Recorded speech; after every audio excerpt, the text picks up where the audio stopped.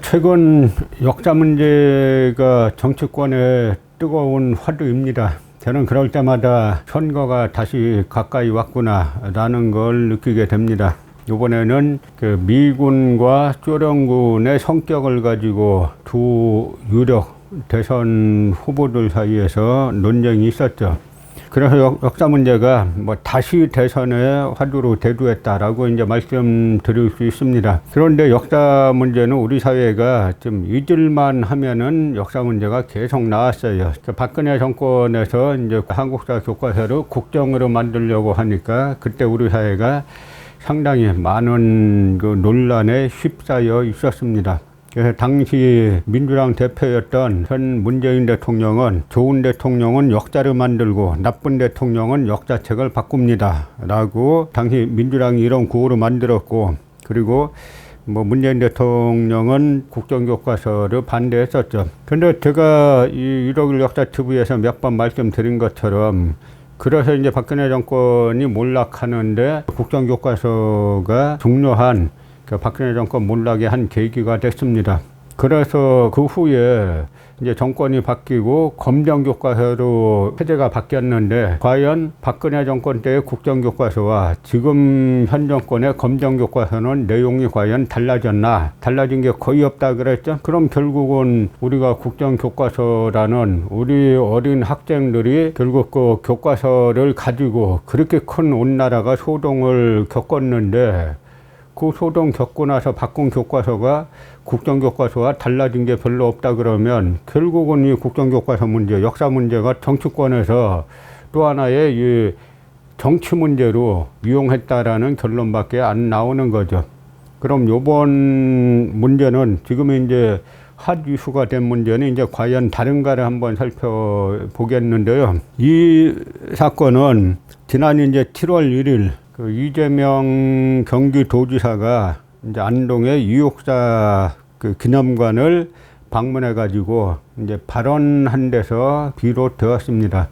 유역사 선생은 세계유황 선생의 후손이고 그다음에 의열단원이었죠.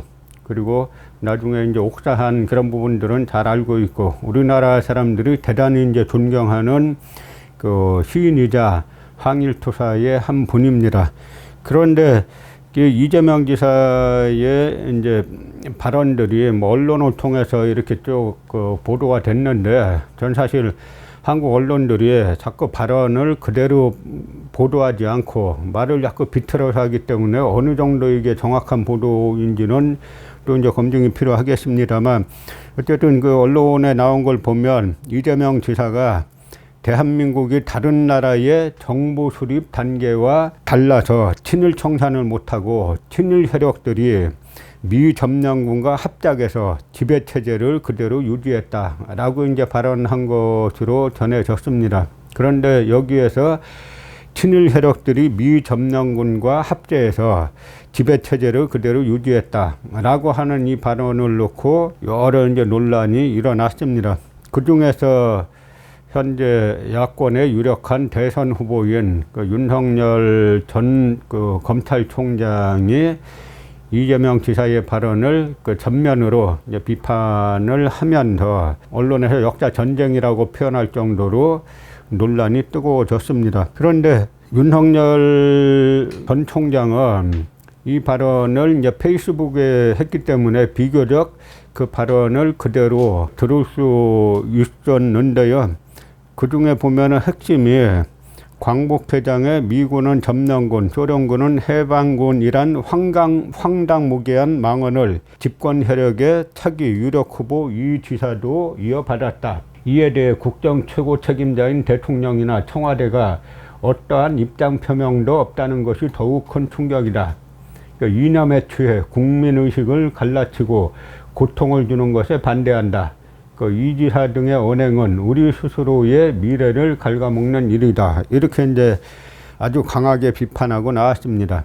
그런데 여기에서 제가 일단 어떤 편인가를 떠나서, 진영을 떠나서 제가 이 사태를 한번 보려고 합니다. 그러니까 우리 사회는 정치 문제만 개입되면 이성이 마비되기 일쑤죠. 그러니까 자기가 특정 뭐 후보를 좋아한다라고 하면은 그 특정 후보와 다른 쪽에 있으면은 마치 적이 돼가지고 공격하는 것이 거의 일상화돼 있습니다. 이게 상당히 아직까지도 우리나라의 이 정치를 소비하는 방식들이 그 수준이 그다지 이제 높지 못하다는 걸 뜻하는 그 하나의 이제 증표이기도 합니다. 근데 제가 여기에서 특정 어떤 진영을 떠나가지고 이제 역사학자의 입장에서 이 사건을 한번 쭉 보려고 하는 겁니다. 그러면 이재명 지사의 발언은 뭐냐면 그 친일 청산을 못했다는 거고, 그래서 친일 세력들이 미 점령군과 합작해서 지배체제를 그대로 유지했다, 이렇게만 되어 있습니다. 그런데 윤석열 전 총장의 비판은 미군은 점령군, 이거는 이재명 지사가 한 말이 맞죠. 그런데 소련군은 해방군, 이 말은 이 지사가 한 말이 아닌 거죠. 이거는 김원웅 광복회장이 한 말이기 때문에 이재명 지사를 비판하려면 이재명 지사가 미군은 점령군이라 그랬는데 이것이 내 생각과 다르다, 이제 이렇게 했어야 되는데, 김원웅 광복회장의 말을 마치 이제 이재명 지사가 한 것처럼 등치시켜가지고 비판하는 거는 초점이 조금 틀렸다라고 볼 수가 있습니다. 여기에 대해서 제가 이제 사실 검증을 좀 하려고 하는데, 팩트체크니 뭐니 하는데, 전 되도록이면 영어 안 쓰고 가능한 한 우리말을 쓰려고 합니다. 그래서 사실 검증 1탄, 그럼 미군은 점령군이고 소련은 해방군인가 하는 부분, 또 하나는 미군과 이제 소련군의 성격이 뭐냐 도대체. 먼저 우리가 이 부분을 살펴보려면은 미군과 소련군이 1945년도에 이 땅에 왜 진주하게 됐는지 그거를 살펴봐야, 그 이유를 살펴봐야 우리가 이들의 성격이 점령군인지 해방군인지를 알 수 있게 된다는 겁니다. 그러면 먼저 미군의 성격을 한번 살펴보면은, 여기에서 보면은 이게 1945년 9월 9일 사진인데요. 미군이 서울에 진주해가지고 일장기를, 지금의 이제 그 당시에 조선총독부였죠. 이것이 이제 그 해방 이후에도 계속 정부 종합청사로 쓰이다가 김영삼 대통령이 해체를 시켰죠. 그 당시도 이거 해체시키면 안 된다고 반대가 대단히 많았어요. 아마 김영삼 대통령이 결단력이 있는 분이지 않습니까? 김영삼 대통령 아니고 이거저거 눈치 보는 사람이었으면은, 그런 분이 대통령이었으면 아직도 이 총독부 건물 그대로 있었을 겁니다. 근데 이 조선 총독부 건물에 일장기를 미군이 내리고 그 다음에 성조기로 올렸죠. 미군은 그 점령군이라고 볼 수가 있습니다. 또 하나 마찬가지로 소련군도 평양에 진주해가지고 마찬가지 행위들을 했죠. 그런데 여기에서 우리가 용어의 성격을 먼저 정의해야 됩니다. 점령군과 해방군이라는 용어 성격을 정리를 해야 돼요. 그러면 점령군이라는 용어를, 우리가 점령군이라는 표현을 쓸 때 미군이 마치 이제 한국 정부가 있었는데 한국 정부를 점령하고 한국 땅을 점령한 것 같은 뉘앙스가 있지 않습니까? 그런데 그 당시에 대한민국 임시정부는 중국에 있었고 한국에는 그 정부가 없었죠. 이 땅에는 조선 총독부가 있었습니다. 그러니까 일본을 점령하기 위해서 온 군대지 한국을 점령하기 위해서 온 군대는 아니라는 거죠. 이 당시는 성격이 좀 다른 거죠. 그러면 이 미군과 소련군이 둘 다 기본 성격은 점령군이에요. 그 점령이라는 거는 일본이 점령하고 있는 지역을 다시 이제 그 미군과 소련군이 점령했다라고 하는 그런 뜻이죠. 우리가 이런 부분에서, 이런 점에서 생각할 게 있는데 뭐냐면, 일왕이 항복했다는 소식을 대한민국 임시정부 백범 김구 주석이 듣고 어떻게 반응했는가 이겁니다. 일본의 패망을 누구보다도 바랐고 여기에 목숨까지 걸었던 백범 김구 선생이 정작 일본이 패망했다는 소식을 듣고 내게는 기쁜 소식이라기보다는 하늘이 무너지는 듯한 일이었다, 이렇게 말하는 거죠. 그럼 그 이유가 뭐냐? 천신만고로 수년간 애를 써서 참전할 준비를 한 것이 다 허사다. 핵심은 뭐냐면 장래에 국제 간의 발언권이 박약하리라는 것이다. 백범승구 선생이 정확하게 일제가 1945년 8월 15일 날 상복했다 하는 이야기를 듣고 절망을 느꼈던 것은 바로 외세가 해방 이후에 일제 패망 이후에 전국을 주도하겠구나 라는 예견을 한 겁니다. 이 말은 뭐냐면 제가 다시 말씀드리면 미군이 점령군이냐 해방군이냐 하는 이야기들은 다 초점이 미국이나 소련군에 가 있는 겁니다. 제가 지금 말씀드리려고 하는 건 바로 우리의 관점으로 볼 때 어떻게 되는 거냐라는 말씀을 드리려고 하는 겁니다. 그러면 미국과 소련이 어떻게 2차 대전에 참여하게 됐는가를 살펴봐야죠. 그러니까 2차 대전은 그 보편적으로는 이제 독일이 폴란드를 침공하면서 이제 시작되는 건데요. 처음에는 유럽 내부의 전쟁이었어요. 그러다가 1941년도 들어가면 비로소 미국과 소련이 세계 2차 대전에 개입을 하게 됩니다. 그것도 원해서 개입한 게 아니라 공격을 당해서 개입하게 된 거예요. 1941년 6월 22일 날 독일이 히틀러가 소련을 공격합니다. 선제 공격하죠. 그런데 이 두 나라는 1939년 8월 23일 날 독일과 소련 사이에 불가침 조약을 맺어가지고 전 세계가 아주 경악했습니다. 최고의 파시스트 제국인 나치와 사회주의 국가인 소련이 서로 침범하지 않겠다고 하는 불가침 조약을 맺어요. 그러니까 이걸 보고 국제정치에서는 영원한 적도 영원한 동지도 없다라고 하는 신뢰로 이 독도 불가침 조약이 많이 인용이 되고 있죠. 도저히 손잡을 수 없는 두 세력이 손을 잡은 거예요. 그러다가 히틀러가 소련을 전격적으로 공격하면서 소련이 2차 세계대전에 끌려온 겁니다. 마찬가지로 미국도 일본이 진주만을 습격하잖아요. 그래서 미국은 원래 멀로주의 정책에 따라서 미국을 먼저 공격하지 않으면 전쟁에 개입 안 하는 나라였죠. 이 사건이 현재 미국이 뭐 자칭 전 세계의 경찰이다 뭐다 하는 전 세계 모든 일에 다 관장하게 되는 제국 미국의 탄생은 사실 일본이 이때 펄하버 그 진주만을 공격한 이 사건에서 비롯되는 겁니다. 그런데 여기에서 미스테리들이 있어요. 원래 일본이 공격하려면 소련을 공격해야 되죠. 그런데 일본이 미국을 공격해요. 왜 공격했느냐? 이것도 세계 전쟁사의 미스테리 중에 사실 하나입니다. 왜 미국을 건드렸느냐? 소련을 먼저 치지 않고 이때 1939년에 일본이 노먼한 전투라고 해가지고 러시아를 공격했다가 소련을 공격했다가 아주 혼쭐이 나죠. 들어갔던 군대가 거의 해체되다시피 하는 사건이 발생하는데 이 사건 때문에 일본 군부에서는 러시아에 대한 근본적인 공포심이 생겼어요. 그래서 당연히 성격으로 보면은 일본이 이 당시에 구구파 군부 파시스트들이 집권했으니까 사회주의 러시아를 무너뜨리겠다고 가야 되는데 같은 자본주의 국가인 미국을 공격한 겁니다. 그래서 히틀러가 소련을 공격하면서 소련이 2차 세계대전에 개입하고 일본이 미국을 공격하면서 미국도 2차 세계대전, 그 태평양 전쟁이라고 불렸죠.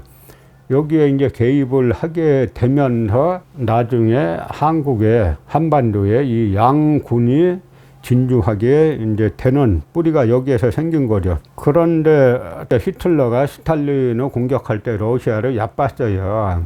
근데 러시아가 원래 이 싸움을 잘하는 민족이에요. 슬라브 민족이에요. 그리고 러시아의 최대 무기는 뭐냐면 러시아의 혹한 유명하잖아요. 그래서 러시아와 전쟁에서 히틀러가 이기려면 초반에 늦가을 오기 전에 다 점령하면 괜찮은데 이때 점령을 못하면 그 다음에는 소련군보다는 더 무서운 추위와 싸워야 되는 거예요. 영하 40도 50도 내려가는 추위와 싸워야 되는 거니까 이때 초반에 파죽지세로 밀고 들어가다가 페테르부르크 에서 그 전선이 교착 상태에 빠지고 여기에 이제 히틀러가 제3대국이 몰락하는 상황이 여기에서 벌어지게 되죠.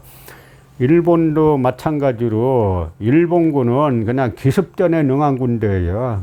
진주만 공격도 몰래 가가지고 한 대 때리니까 미군이 이때 한번 당한 거죠. 그러니까 기습전 하면은 아무리 뭐 세계 권투 챔피언도 조그만 꼬마가 뒤통수 딱 때리면 일단은 한 대 맞을 수밖에 없잖아요. 일본이 항상 그런 기습전에 항상 능한 군대예요. 그래서 청일전쟁 때도 그렇고 러일전쟁 때도 그렇고 그 다음에 만주사변 때도 그랬고 그 다음에 이 진주만 공격도 그렇고 이제 기습 공격한 겁니다.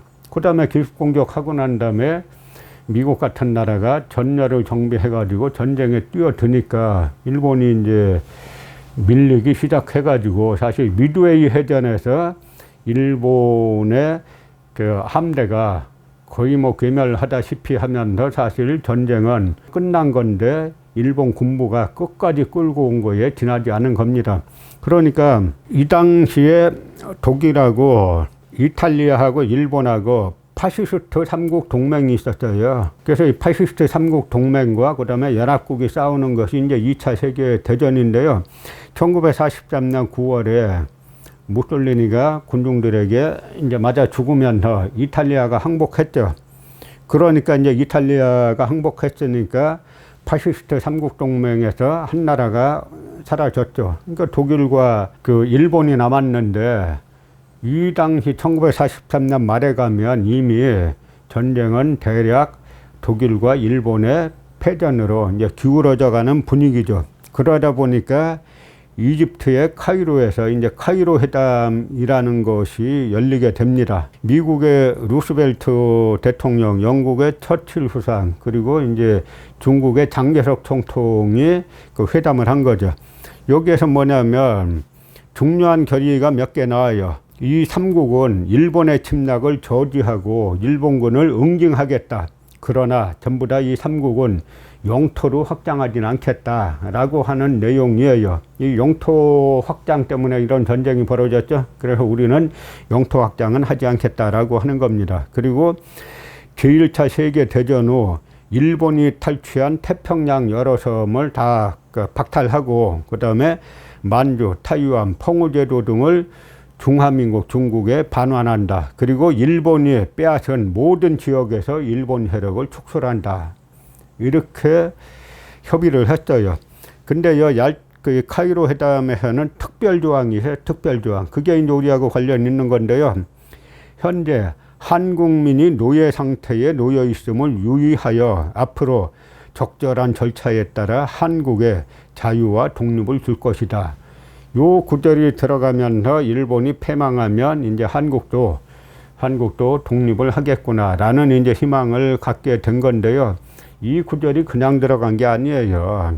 나라를 빼앗기고 나서 무수히 많은 독립운동가들이 단 하루도 빠지지 않고 일본 제국주의와 싸웠습니다. 누군 총을 들고 싸우고 뭐 여러 온갖 수단을 다해서 싸워왔기 때문에 총으로 외교로 싸워왔기 때문에 이런 나라들이 한국이 일본 제국주의에 강제로 점령된 나라다라고 인식을 하게 됐고 그래서 적절한 시기에 한국을 일본 제국주의로부터 독립시키겠다라고 하는 문장이 이때 이제 카이로 회담에서 들어가게 된 겁니다. 그 다음에 문제는 뭐냐면 아까 말씀드린 것처럼 미국이 일본과 싸웠어요. 그러니까 한국은 그 당시에 일본이 점령하고 있지 않았습니까? 그래서 러시아는 독일과 싸웠기 때문에 원래는 그 한국에 러시아가 직접 개입할 소련이 직접 개입할 그런 어떤 그 이유가 없어요.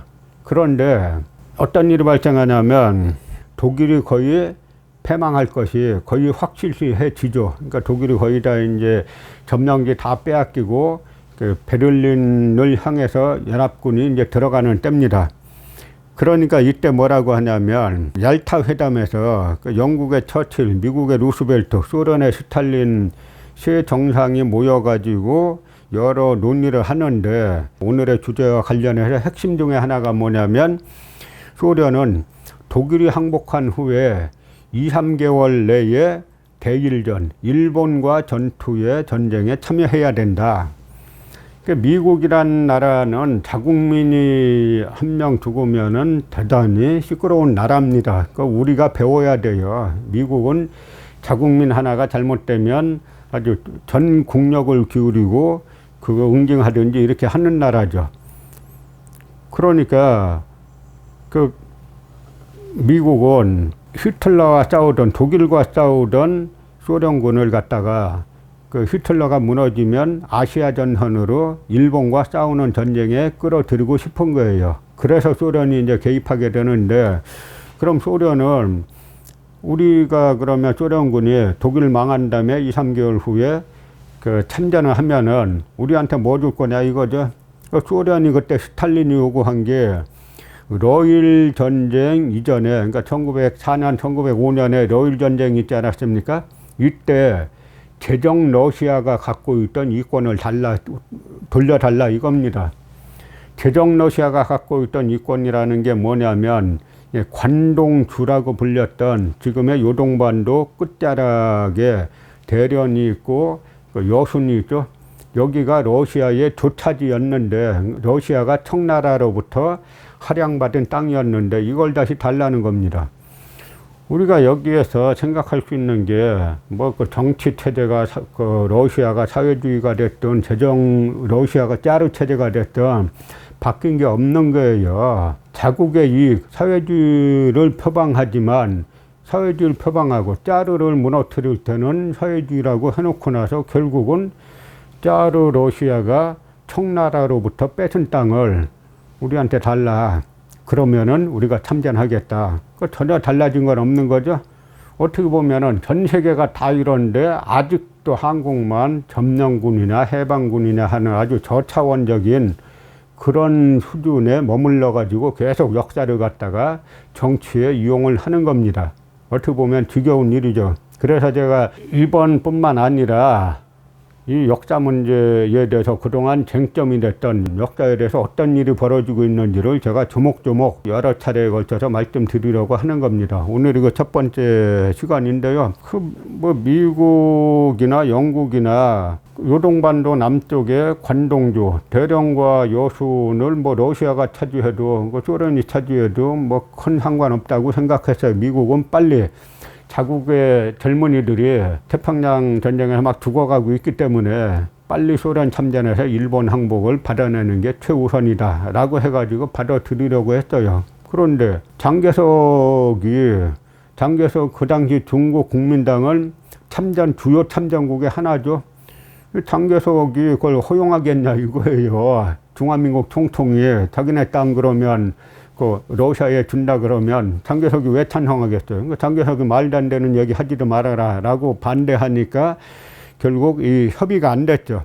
그런데 나중에 이 얄타 회담에서 한국에 대한 신탁 통치안이 미리 논의가 됐다는 겁니다. 비밀리에. 이건 뒤에 드러난 사건인데요. 이때 신탁 통치, 그러니까 우리는 해방되면 곧바로 우리가 정부를 세워가지고 독립하는 줄 알았는데 이 얄타 회담에서 1945년 6월 달에 얄타 회담에서 강대국들은 이미 한국을 일정 기간 동안 이 강대국들이 통치하겠다라고 하는 걸 논의했다는 겁니다.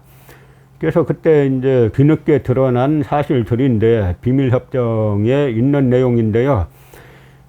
루스벨트는 한국을 미중소 3국 대표로 구성된 신탁통치위원회 관리하에 둘 의사를 가지고 있다고 말했다. 그는 신탁통치의 유일한 경험인 필리핀에서는 자치에 대한 준비기간으로 50년을 필요했다고 설명한 다음 한국은 불과 20년 내지 30년 밖에는 필요치 않을 것이라고 부언하였다. 그러니까 필리핀의 경우에 비춰보면 50년 동안 신탁통치해야 되는데 한국은 불과 20년 내지 30년이면 충분할 거다. 역으로 말하면 일본군 쫓아내고 나서 이 미국과 중국과 소련이 20, 30년 동안 한국을 통치하겠다는 거잖아요. 이 점령군인지 뭐 해방군인지 그 논의 별도로 하고 우리가 바라본 시각하고 이 사람들이 한국 바라본 시각은 아주 다른 거죠. 그런데 스탈린은 그 기간은 짧으면 짧을수록 좋다고 말하고 한국의 외국군을 주둔시킬 것인가 여부를 질문했다. 그래서 루스벨트 대통령은 이에 대해 부정적인 답변을 하고 스탈린 역시 그 답변에 동의했다. 그러니까 한국을 신탁 통치하겠다. 루스벨트 이야기는 20, 30년은 신탁 통치해야 된다라고 하니까 스탈린은 그 기간은 짧을수록 좋다라고 말했다는 거고요. 그 다음에 외국군은 주둔할 필요가 없다. 여기 이렇게 보면은 미국은 점령군이고 소련은 해방군이고 뭐 이렇게 이제 느껴질 부분도 있죠.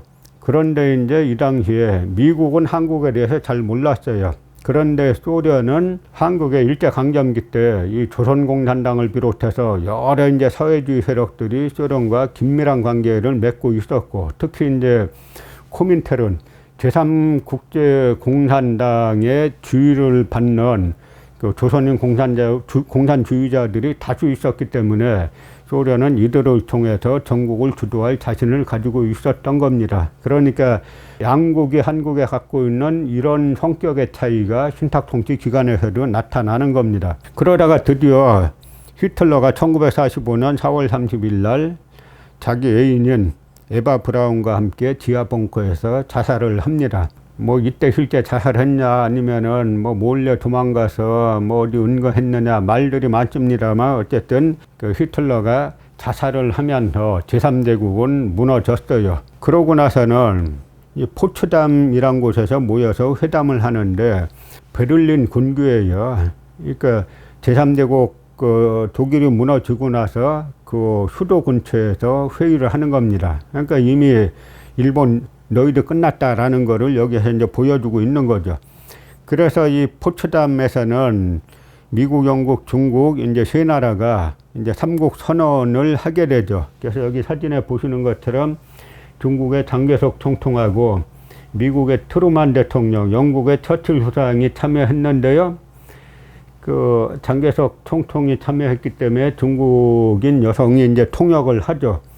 이때 미국의 루스벨트 대통령은 뇌출혈로 쓰러졌어요. 그래갖고 트루만이 이어가지고 회담에 이제 참여를 한 겁니다. 이때 일본은 이제 무조건 항복해라, 조건 없다. 그러니까 무조건 항복과 조건 있는 항복이 서로 다른 거죠. 무조건 항복은 무조건 항복하는 거예요. 그리고 카이로 선언의 모든 조항은 우리가 이행하겠다. 그 다음에 일본의 주권은 이렇게 혼슈, 본주, 홋카이도, 북해도, 큐슈, 슈코쿠 여기와 연합군이 결정하는 작은 섬들에 국한된다. 일본은.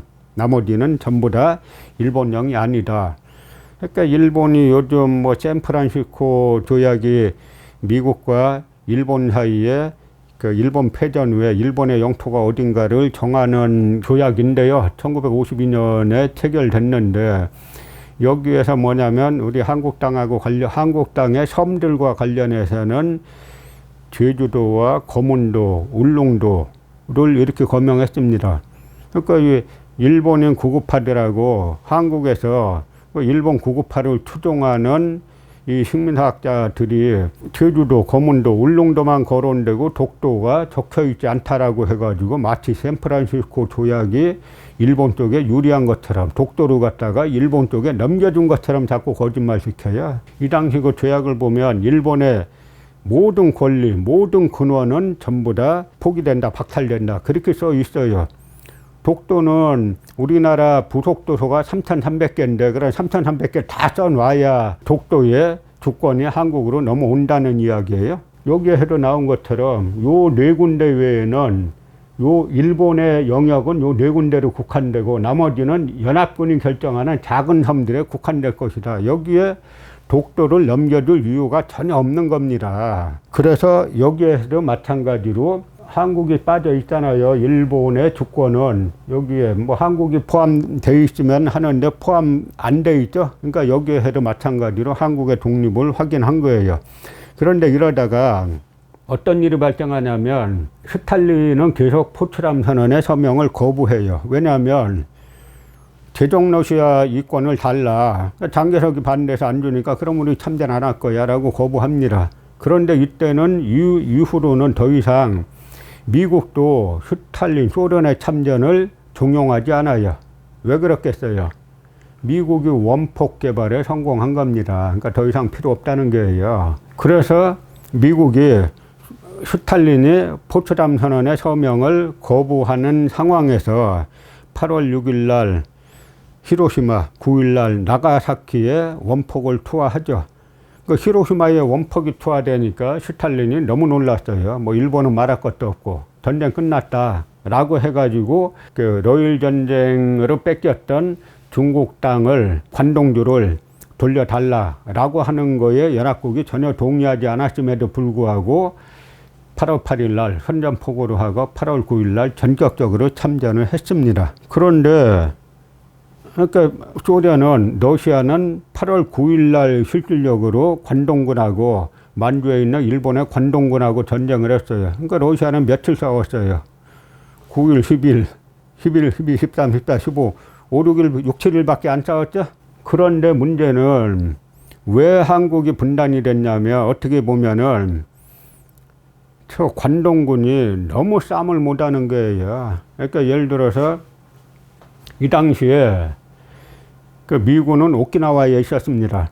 그런데 소련이 참전하니까 관동군이 자기네 자칭 내세운 구호가 뭐냐면은 무적황군, 무적관동군.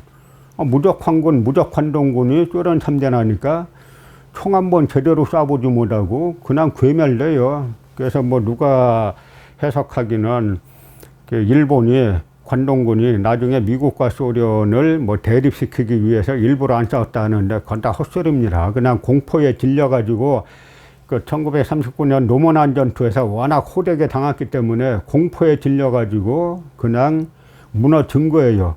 그러다 보니까 8월 9일 날 참전한 러시아가 파죽지세로 밀려 내려오는 거예요. 그러니까 소련 제1국동방면군 산하 25군이 8월 12일 날 함경북도 웅기 나중까지 들어왔어요. 그러니까 미국이 급해졌죠. 미국은 1941년 말에 진주만 전투부터 이 4년 동안 치열한 싸움을 해왔는데 소련이 8월 9일 날 참전해가지고 그냥 파죽지세로 내려와서 기세를 보니까 한반도 다 점령할 기세예요. 그러니까 미국이 급해져가지고 여기 나온 대로 미 육군부 작전국 정책과에 본스틸과 러스크 대령이 이거 빨리 소련하고 협의해가지고 한반도를 분할 점령해야 됩니다 라고 하는 안을 제기하죠. 그래서 38도선을 소련에 제기합니다.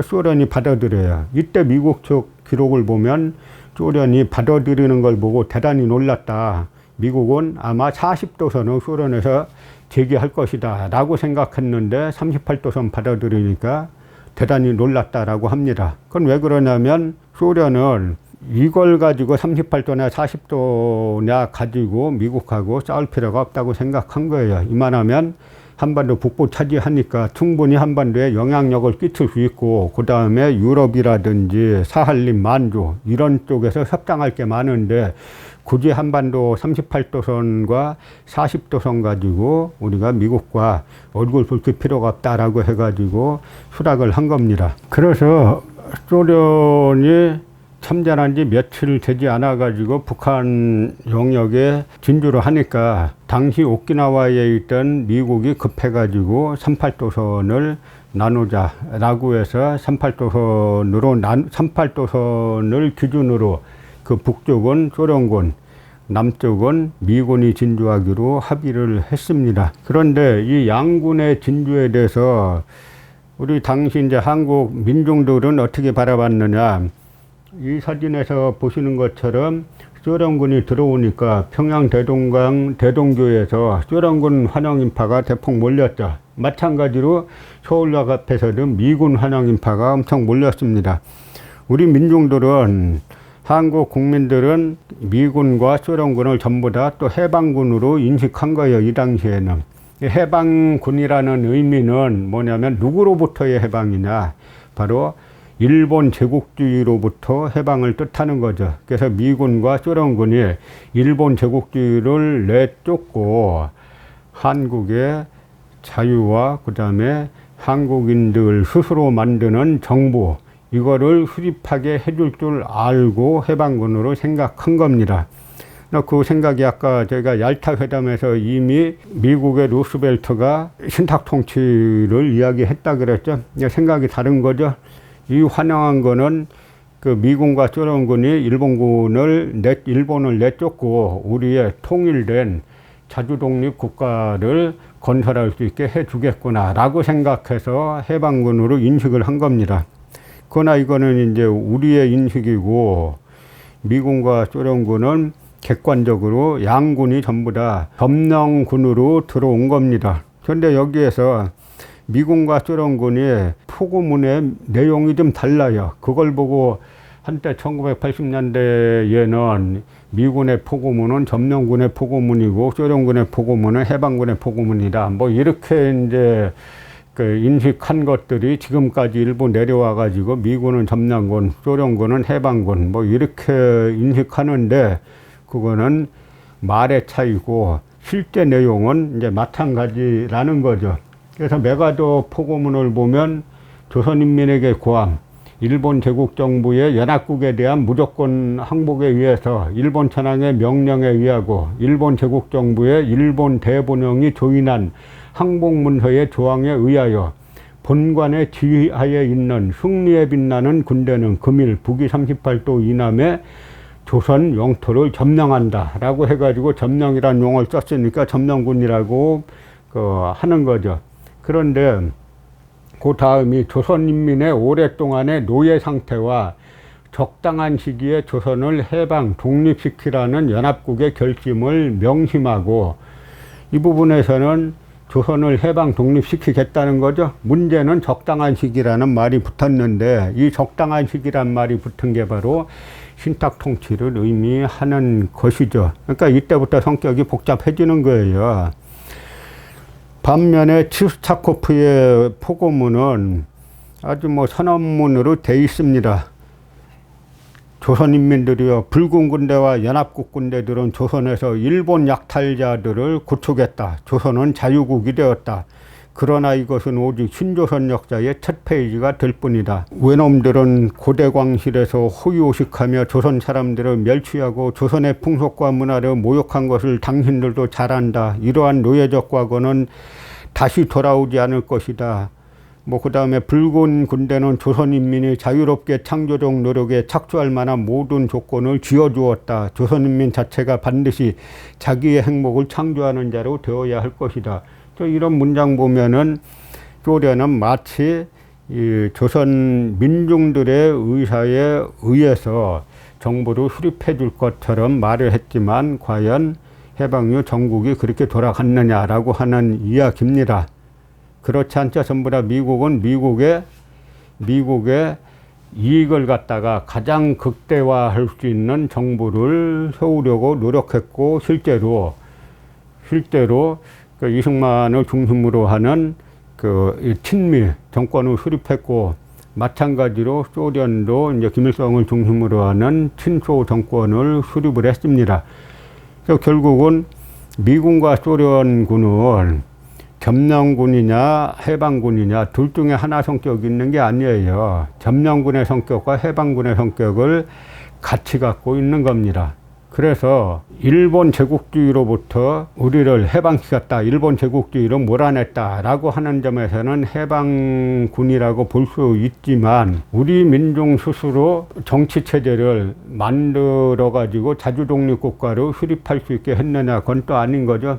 만약 그랬다 그러면 왜 분단이 됐겠어요? 우리 당시 일본 패망했을 때 이 분단이 이렇게 오래 가리라고 생각한 사람 아무도 없죠. 그러니까 이 분단이란 건 우리 남한이나 북한이나 민중이 원한 게 아니고 외세가 갈라놓은 거죠. 거기에는 물론 이제 분단 장사꾼들이 여러 껴가지고 복잡한 상황이 전개됐습니다만 결국은 미국과 소련의 국익에 따라서 분단이 됐고 그 상태가 지금까지 이제 유지되고 있는 것이지 않습니까? 그러니까 미군과 소련군은 다 같이 점령군이자 해방군의 성격을 일정 정도씩 가지고 있는데 특히 해방군의 성격을 제한하는 가장 큰 요소는 뭐냐?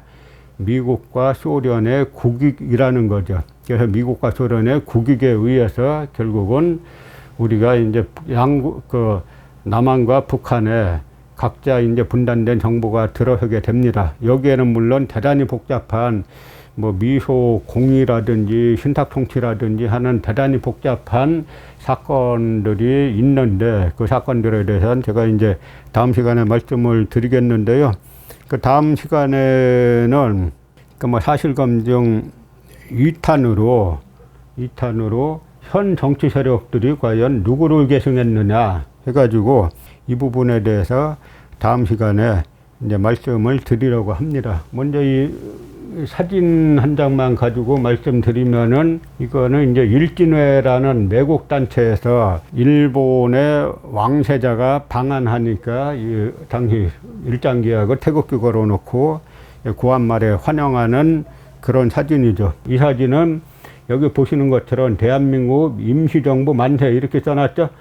그 다음에 대한민국 그 임시정부 복령 받들어 환영한다 라고 하는 환영 인파인데 과연 이 대한민국 임시정부를 지금의 더불어민주당이 계승했느냐 라고 하는 점을 다음 시간에 살펴보도록 하겠습니다.